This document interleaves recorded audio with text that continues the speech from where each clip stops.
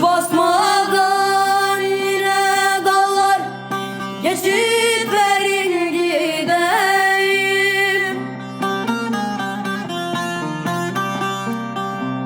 İt yokuşundan öteye varıp yüzünü süreyim.